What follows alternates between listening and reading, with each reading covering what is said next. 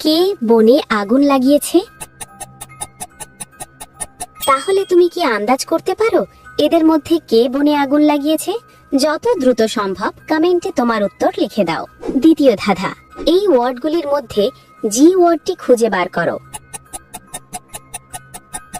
খুঁজে পেলে লাইক বাটনে ক্লিক করো, যেন আমি বুঝতে পারি তুমি সঠিক দেখেছো।